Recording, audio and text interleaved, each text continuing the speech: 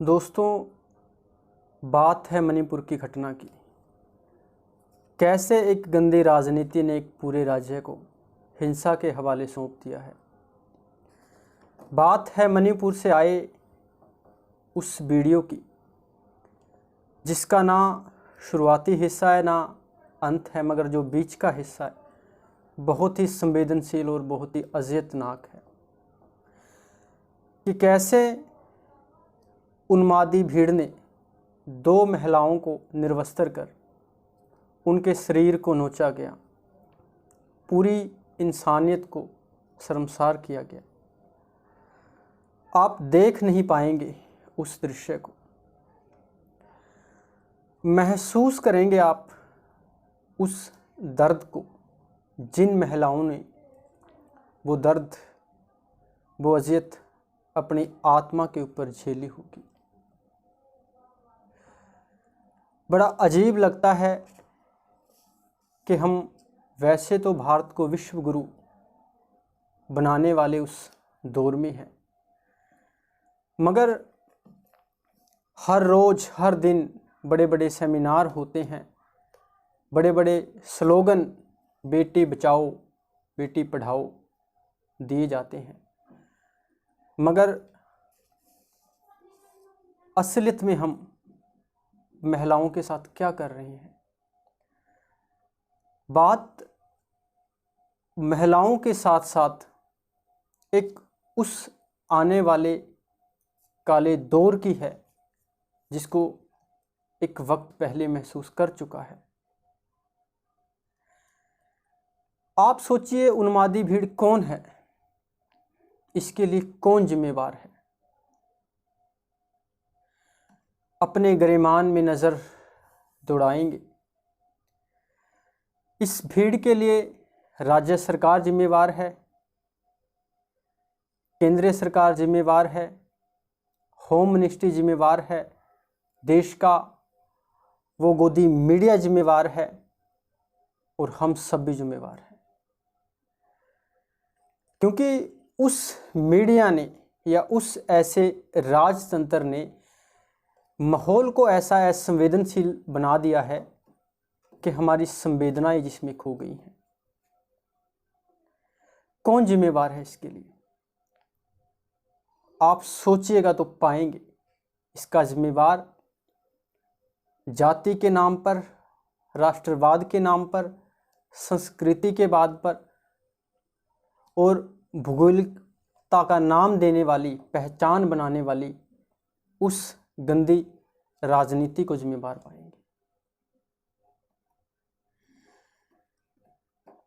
आप इस दर्द को महसूस करते हुए आप बोलिए।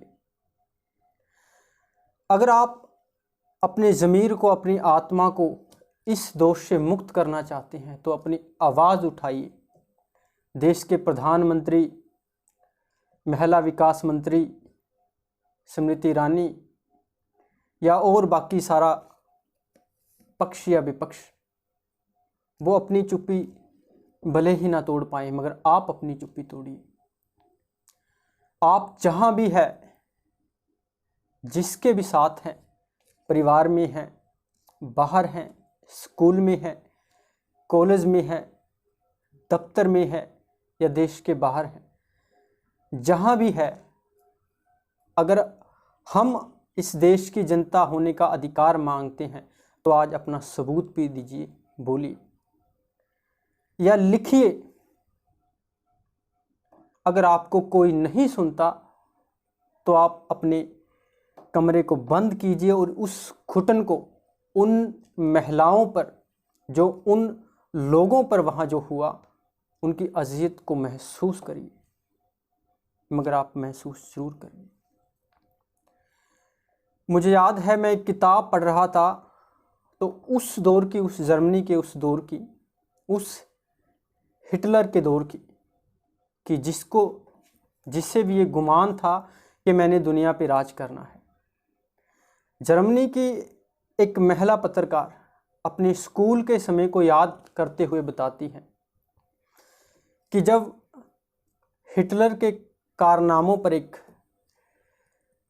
शिंडलर्स लिस्ट फिल्म रिलीज़ हुई तो वो अपने बच्चों को बताती है कि उस दौर के काले पन्ने का अध्याय है कि जिसे देखकर मानवता शर्मसार हो चुकी है, मगर हमें उसके लिए शर्मिंदगी का इजहार भी करना चाहिए, मगर उसके साथ साथ हमें अपनी आत्मा में, अपने मन में ये आत्मविश्वास रखना चाहिए कि इस जर्मनी देश के हम उस काले दौर से गुजर चुके हैं।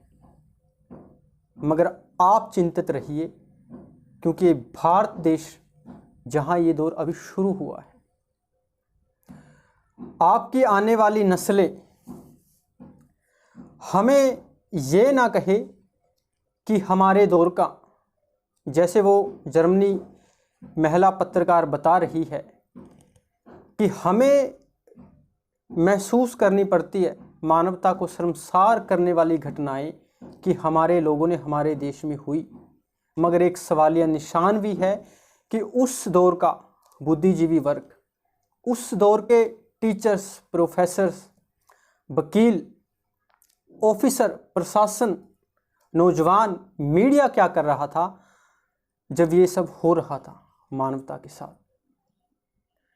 तो आप इस चीज़ के बारे में सोचिए, क्या ये वो है कि इस देश की बिकी हुई गोदी मीडिया ने, क्या ऐसा जहर बो दिया गया है हमारे दिलों में,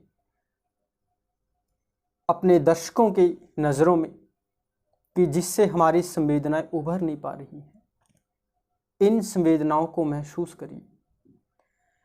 ऐसा देखकर लगता है मुझे सर्वेश्वर जी की कुछ लाइनें हैं, आप देखेंगे, पढ़ेंगे, महसूस करेंगे कि जो मणिपुर में जो इस देश के हालात हैं, जिस पर हुआ है, उस पर कितना स्टिक बैठती हैं। देखिए और आप अपने गरिमान में साथ के साथ सवाल भी करिए। वो कहते हैं, यदि तुम्हारे घर के एक कमरे में आग लगी हो तो क्या हम दूसरे कमरे में सो सकते हैं? यदि तुम्हारे घर के कमरे में लाशें सड़ रही हो तो क्या तुम दूसरे कमरे में प्रार्थना कर सकते हो? यदि हाँ, तो मुझे तुमसे कुछ नहीं कहना है। देश कागज पर बना नक्शा नहीं होता कि एक हिस्से के फट जाने पर बाकी हिस्से उसी तरह साबुत बने रहें। इस दुनिया में आदमी की जान से बड़ा कुछ भी नहीं है, ना ईश्वर, ना धर्म, ना ज्ञान, ना चुनाव। वह अंधा है जो शासन चल रहा है, बंदूक की नली से हत्यारों का धंधा है। यदि तुम यह नहीं मानते तो मुझे अब एक क्षण भी तुम्हें नहीं सहना है। याद रखो, एक बच्चे की हत्या, एक औरत की मौत, एक आदमी का गोलियों से चिथड़ा तन किसी शासन का ही नहीं, संपूर्ण राष्ट्र का है पतन। आखिरी बात बिल्कुल साफ, किसी हत्यारे को कभी मत करो माफ, चाहे हो वह तुम्हारा यार, धर्म का ठेकेदार, चाहे लोकतंत्र का सबनाम धन्य पहरेदार। अगर आप इन घटनाओं को देखकर संवेदनशील नहीं होते, अपनी आत्मा आपको धक्का नहीं मारती, तो आप अपने आप को मृत घोषित कर दीजिए। मगर चलती हुई आखिरी सांसों में भी आप बोलिए। जो ये जहरीला माहौल बनाया जा रहा है, उसके लिए आप बोलिए। यही ख्वाब है जो हिटलर ने जर्मनी को दिखाया था, सुपर पावर जर्मनी का ख्वाब, जर्मनी को पूरे यूरोप का बादशाह बनाने का ख्वाब। और वही ख्वाब आज लौट आया है, भारत को विश्व गुरु बनाने के रूप में। आप इस घटना को गौर से देखिए। कहते हैं जो हिटलर की सेना थी, जो पुलिस थी, जब वो वहाँ कत्लेआम हो रहा था, वो यहूदियों को इस आश्वासन के साथ लेकर आती थी कि हम आपको दंगाइयों से बचाएंगे, लेकिन वो ला कर के उनको दंगाइयों के हवाले कर देती थी। मणिपुर की घटना के साथ बिल्कुल ऐसा ही हुआ। जहाँ ये घटना हुई उससे 2-3 किलोमीटर की दूरी पर पुलिस स्टेशन है। हुआ ये कि जब एक मैतेई समुदाय कुकी समुदायों की महिलाओं पर घरों पर आगजनी कर रहा था, तो एक परिवार वहाँ पर दौड़ा एक तरफ। उसमें 3 औरतें थी, एक 45 साल की, एक 54 साल की और एक 21 साल की जवान लड़की और एक 19 साल का एक लड़का और एक बुजुर्ग था। उन तीनों महिलाओं को निर्वस्त्र किया गया और उस 21 साल की लड़की के साथ गैंगरेप किया गया। तो यह क्या वही उस काले दौर की शुरुआत है? क्या ये भीड़ वही है कि जब हिटलर को भी ये पता था कि उसके राज्य में ऐसा हो रहा है, लेकिन वो नहीं बोलता था, वो तब भी चुप था क्योंकि उसकी भीड़ ऑटो मोड पर हो गई थी कि जो वो दाग हैं इस मानवता के कत्लेआम के, जो दाग हैं वो प्रशासन पर ना पड़े बल्कि दंगाइयों पर पड़े, इस भीड़ पर पड़े। कहते हैं भीड़ का कोई चेहरा नहीं होता, मगर भीड़ की सोच होती है। एक बेरहम दिली का वो चेहरा होता है जो मानवता को बार बार शर्मसार करता रहता है। कहते हैं इस 56 इंचे वाली सरकार को, इस बात पर मुझे मुनव्वर राना की वो लाइनें कि अगर दंगाइयों पर तेरा कोई वश नहीं चलता तो फिर सुन ले हुकूमत, हम तुझे नामर्द कहते हैं। और आज उस 56 इंच के सीने पर नामर्द लिख देना चाहिए। आप बोलिए, आप अपने बच्चों के लिए, आने वाले फ्यूचर के लिए, कि हमें आने वाली पीढ़ियां ये ना कहें कि जब ये सब देश में हालात बन रहे थे तो आप क्या कर रहे थे। ऐसा नहीं है कि ये हमारे साथ नहीं हुई है, ऐसा नहीं है सिर्फ ये मणिपुर की महिलाओं के साथ हुआ है, नहीं, इसको महसूस करिए आप अपने परिवार की तरह रखकर। इंदौरी साहब कहते हैं कि लगेगी आग, आएंगे घर कई जद में, यहाँ पे सिर्फ हमारा मकान थोड़ी है। तो आप बोलिए, अगर आपके अंदर की मानुषता जिंदा है, उसको दोष मुक्त करना चाहते हैं, तो आप बोलिए, लिखिए इस दर्द को, उस मंजर को जो उन महिलाओं के साथ, उस समुदाय के साथ हुआ, बार बार उस मंजर को याद करिए, अपने दिल को बेचैन करिए। और आप अपने, कहते हैं कि वक्त उस जर्मनी जैसा वक्त का काला दौर अपने आप को दोहराता है, इसी के साथ आप अपनी आत्मा को भी दोहराइए और देखिए, मगर